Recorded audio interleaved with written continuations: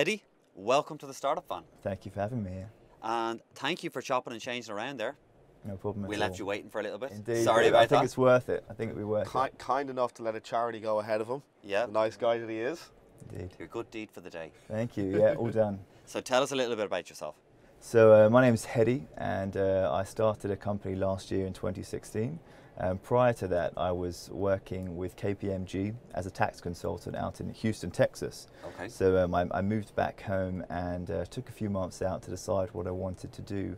And decided. You mean that wasn't exciting enough for you? You think it would be, right? Yeah. Sexy tax. No, unfortunately not. Okay. But I decided I wanted to get into learning and development. And that's where my passions really were.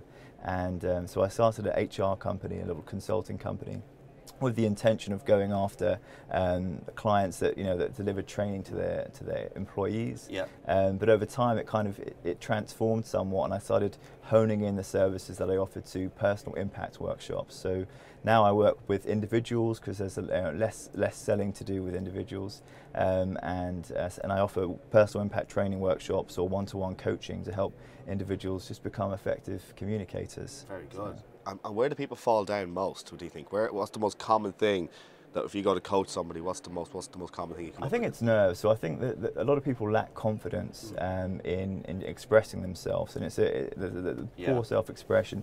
A lot of people think that personal impact is simply about confidence, but it's actually not the case. It's just about portraying the emotion that you want to express, or the character traits that you wish to express. So it's not simply about confidence building, although it seems to be the thing that most people struggle with. Yeah. But some people are born with it, Well, I disagree, actually. Do you think so? Yeah, Okay, definitely okay. so. So I think that we have this tendency to There's think me that... put in my place. No, Shut up, Mark. Shut up. Well, I couldn't What would say I know? anything. Well, no, I think that we tell ourselves the story that people are just born great communicators. It's okay for him because he's got the gift of the gab, or he's got the charm, and nobody's really born that way. That's an excuse. You think it's a good excuse to use, because then you can sit back and say, well, I'm not going to overstep my boundaries. And I think we live in a time where there's so much style over substance that we see, and we see it in leadership, especially in politics, where there are so many competent people out there, but they don't have the confidence to express themselves. And they're the individuals that I like to work with, because Confidence in different ways, kind of thing. exactly. Yeah. And I think being able to express yourself or your ideas or your passions is a very important skill, and you're not really taught how to do that at any point throughout our typical educational systems. And when you get to professional services, you're given some some training, but it's never particularly very well tailored. I feel like the only industry that I think puts a large emphasis on it is law. Barristers have particularly good personal impact in the courtroom.